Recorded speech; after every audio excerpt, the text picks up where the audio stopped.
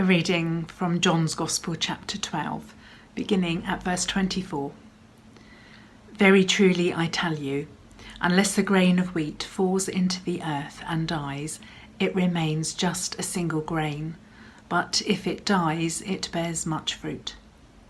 Those who love their life lose it, and those who hate their life in this world will keep it for eternal life. Whoever serves me must follow me, and where I am, there will my servant be also. Whoever serves me, the Father will honour. You know, most afternoons I visit my mum and sit in her garden. It's a garden full of colour. It's much loved by herself and everybody that visits it. But I must confess to being distracted by one small area of the garden. It's near where I sit. Why, you ask? It's because it's close to her bird feeder. And I fear I'm becoming as distracted by these birds as Father Bob is by the bees that loiter outside his study window. But back to the birds.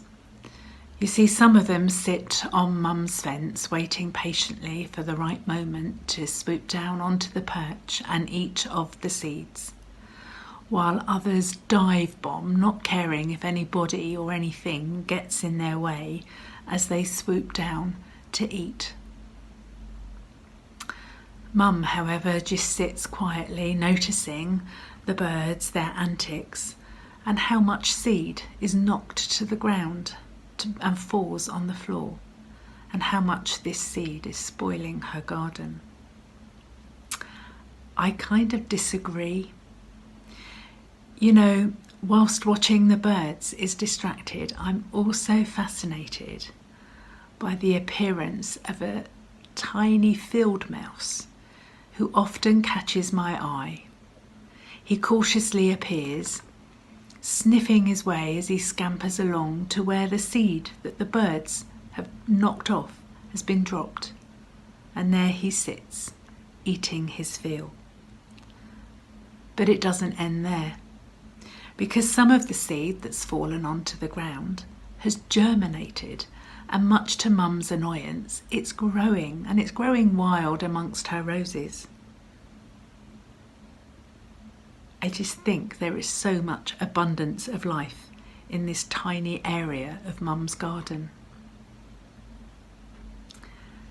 The Gospel that we've just heard tells the story of a seed, a grain of wheat.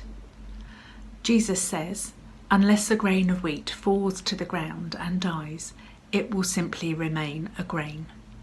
It will not provide any wheat. It's the being put to the ground and dying to its current state that allows the grain to become much more than a grain. For each grain has the potential to flourish, to become food and to nourish others. Today in the Church's year we give thanks for the life and witness of St. Alban, alive in a time where there were strong persecutions of Christians being carried out. Alban became a Christian after being impressed by the way of life of someone he was sheltering, and that someone was a priest fleeing for his own safety. Later, Alban went on to protect this man by disguising himself as the priest and presenting himself for arrest. Alban's refusal to renounce his faith led to orders for his execution, and he was beheaded as the first Christian martyr in Britain. The story of an extraordinary man doing an extraordinary thing has endured and continues to inspire this day. We are not all called to be martyrs, but we are called to be part of our community of faith. Ordinary people doing extraordinary things. And here in our parish community, we have a safe space, a family of our own making, and of Christ's moulding and shaping. A place the soil, if you like, in which we can flourish and bear fruit, a place in which we can mirror the light and hope of Christ to others.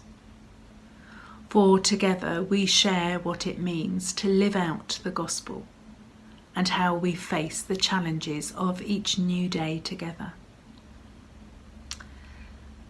So, wherever you are and whatever you do, I pray that you may fall into, may rest into a place that will tend and nourish you today and always. Amen.